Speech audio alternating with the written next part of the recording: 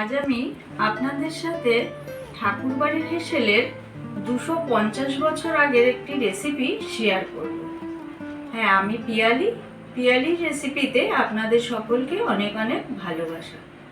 আজকের রেসিপি পাবদা বিলাস। আসুন আমি এই পাবদা বিলাস কিভাবে তৈরি করি দেখে নেওয়া যাক। প্রথমে আমি মাছগুলোর গায়ে লবণ আর হলুদ মাখিয়ে নিচ্ছি।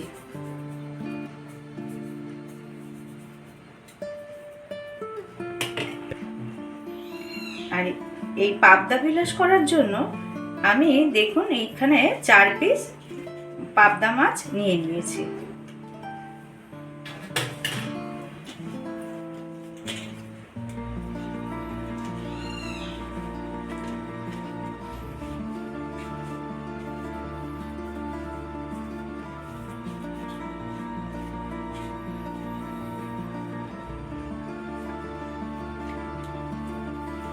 মাছের গায়ে ভালোভাবে লবণ আর হলুদ আমার মাখানো হয়ে গেছে।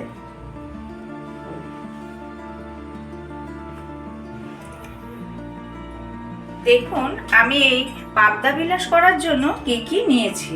এখানে নিয়েছি লঙ্কার গুঁড়ো আর জায়ফল মেশানো গুঁড়ো একসাথে, গরম মশলা,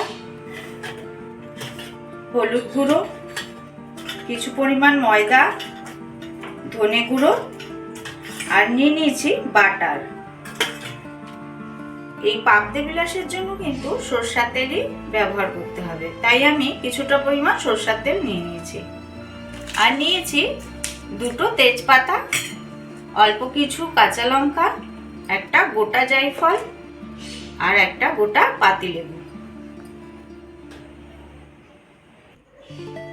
এবার আমি গ্যাসটা অন করে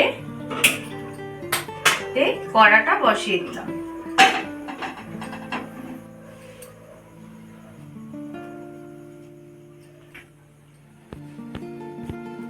কড়া গরম হয়ে গেছে, এবার আমি দিয়ে দিচ্ছি বাটার।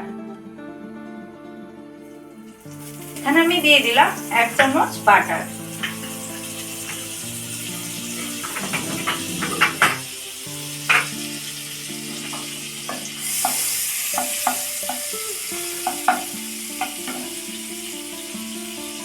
এবার দেব সরষের তেল।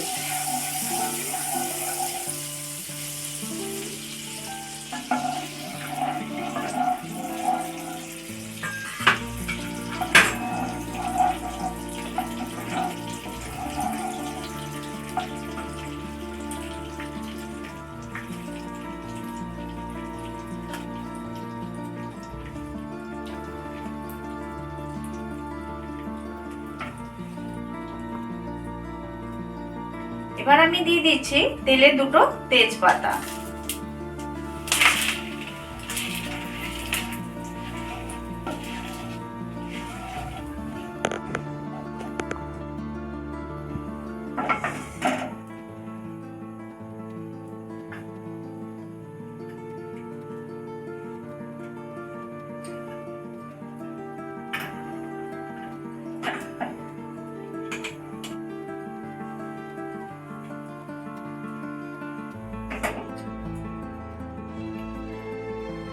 এবার দিচ্ছি 1 চামচ ময়দা।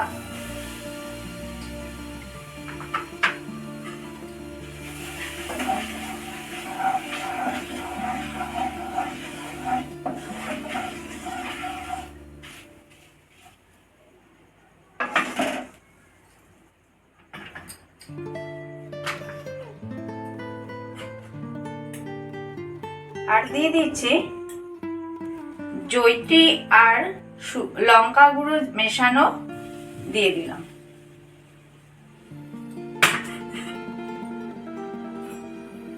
বার দিচ্ছি ধনে গুঁড়ো।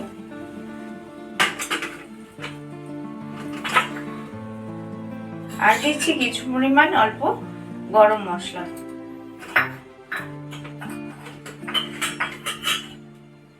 আর দিচ্ছি সামান্য পরিমাণ হলুদ গুঁড়ো।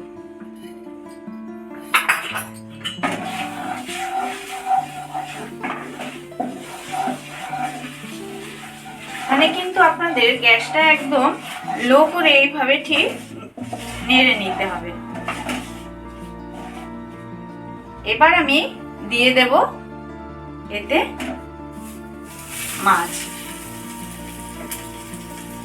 মাছটা দেওয়ার পর কিন্তু গ্যাসটা আপনাদের বাড়িয়ে দিতে হবে একটু।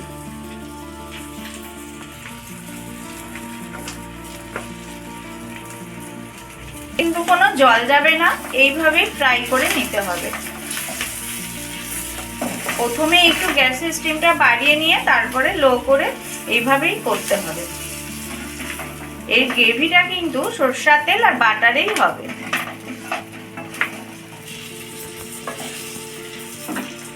এবার আমি এই মাছের গায়ে জায়ফল গুঁড়িয়ে এইভাবে দিচ্ছি ঘষে একটু।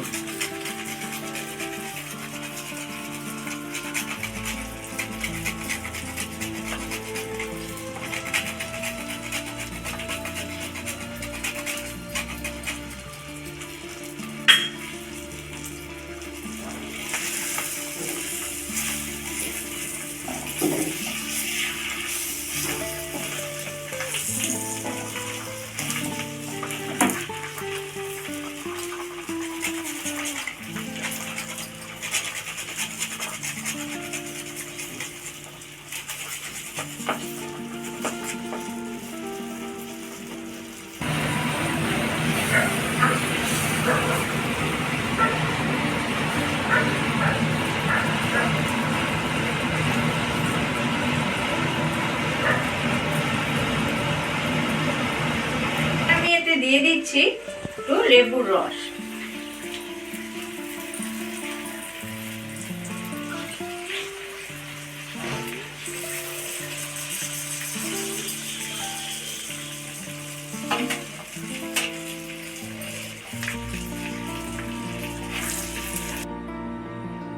এবার আমি এতে আবারও বাটার ব্রাশ করে দিচ্ছি।